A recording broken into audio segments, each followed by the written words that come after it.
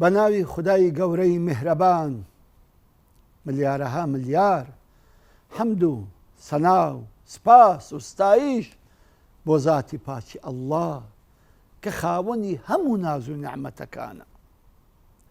درود و سەڵات و سەلام بڕژێ بەسەر گیانی پاکی پێشەوامان نووری چاو تاجی سەرمان محەممەد المستەفا صلى الله عليه وسلم ولەسەر یار و یاوەرانی ولەسەر ئالی پاکانی ولەسەر شوێنکەوتوانی و عاشقانی تا ڕۆژی دوایی.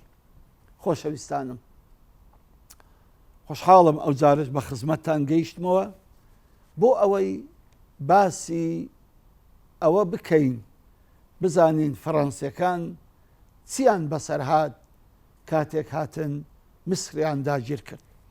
طبعا لە دەرسی پێشوو باسم کرد کە گەنجێکی کوردی خەڵکی حەلەب کە ناوی سولەیمانی حەلەبی توانی گەورەترین عملیاتی فیدایی بکات کە کلیبەری فەڕەنسی مجریم و حاقد ئەوە لەوێن دەر بکوژێ و ڕەوانی جەهەنەمی بکات. لە پاشەوی قائیدێکی تری ناپلیۆن یەکێکی تری کردە سەرکردە و قیادەی جێیشەکەی فەڕەنسی. ئەلەو کاتەدا سوڵتانی عوسمانیەکان سوڵتان سەلیمی سێیەم ئیعلانی شەڕ و ئیعلانی جیهادی کرد کە ئەبێ بەڕاستی تۆڵەی ئەو مسلمانان و ئەو عولەمای ئەزهەر لە فەڕەنسیەکان بکاتەوە و دەریان کات.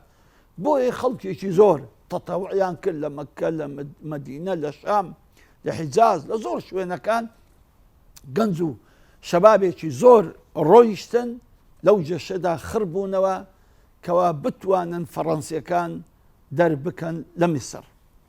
بەڵام قەدەری خوای گەورە لە شاری ئاکرێ کابرایەکی دینداری مسلمان پیاوێکی نەجیب زادە و بە حورمەت کە ناوی جوبرائیل حوسێن زێباریە.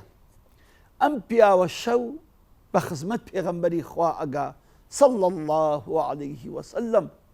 پێغەمبەری خوا پێ ئەفەرمێ ئەڵێ جوبرائیل ئەچیتە میسر بڕۆ لای جەیشی مسلمانەکان.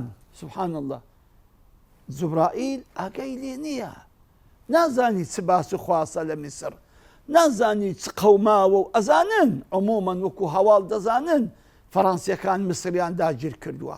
بەڵام خۆ ئاگای لەوە نییە کەوە عوسمانیەکان و کۆمەڵێک لە مسلمانان خڕبووینەوە دەیانەوێت بچن فەڕەنسیەکان بشێن و دەریان بکەن لە ناو میسردا. بەڵام ئەو پیاوە پێغەمبەری خوا عەلەیهی سەڵات وەسەلام خەبەری ئەداتێ و هەواڵی ئەداتێ، پێی دەڵێ جوبرائیل ئەچی بۆ ناو جەیشی مسلمانەکان ئەوانەی کە خۆیان ئامادە کردووە لە میسر کە هجووم بکەن و شەڕ لەگەڵ فەڕەنسیەکان بکەن. پێیان بڵێ با فلانە ڕۆژی دەست بە هجوومەکە بکەن و سەبریان هەبی هەتا سێ ڕۆژ سەیەم ڕۆژ لەو شەڕەدا بەسەر ئەکەون و خوا سەریان دێخیتن. کاتێک کە جوبرائیل لە خەو هەردەستێ و خەونەکەی خۆی بۆ سەیدای ئاکرێ دەژێرتەوە، ئەویش دەرێ وەڵڵا بابەجیان کاکە جوبرائیل خەونەکەت حەقە و دەبی بشسی ئەو ڕیسالە و ئەو پەیامەی پێغەمبەری خوا صلى الله عليه وسلم بگەینە قائیدی جەیشی مسلمانەکان کەوا خۆیان ئامادە کردووە فەڕەنسیەکان دەرکەن لە میسر. بۆیە جوبرائیلیش لەگەر کۆمەڵێک لە گەنج و لاوی خەڵکی ئاکرێ مەرد هەردەچن دەڕۆن بە سواری ئەسب دەڕۆن دەچنە شام، لە شامەوە پاشان ئەڕۆن بەرەو میسر هەتا دەگەنە ناو جەیشی مسلمانان، لەوێن دەر مقابلەی قائیدی مسلمانەکان دەکەو و ئەو هەواڵە خۆشە و ئەو خەبەرە و ئەو پەیامەی پێغەمبەری خوا صلى الله عليه وسلم بە قائیدی مسلمانەکان ڕادەگەیەنی. طبعا کە قائیدی مسلمانەکان ئەم هەواڵەی